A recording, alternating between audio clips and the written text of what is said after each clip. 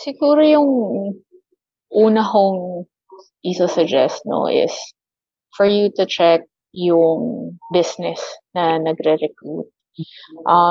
Like kami personally yung Quorum 'no, hindi tayo recruitment agency.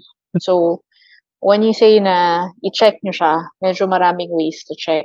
Siguro yung ah, pinakaunang step lalo na kung work yung gagawin mo, i-check niyo yung DMW accreditation. So, yung Department of Migrant Welfare. So, ito yung dating POEA. So, kung nag-o-offer sila ng trabaho and nasa Philippines kayo, dapat registered yun yung agency or accredited yung agency and mache-check niyo naman yun sa site nila kung nag-a-appear sila dun. So, yun yung unang-una. Pero siyempre hindi naman kasi lahat ng migration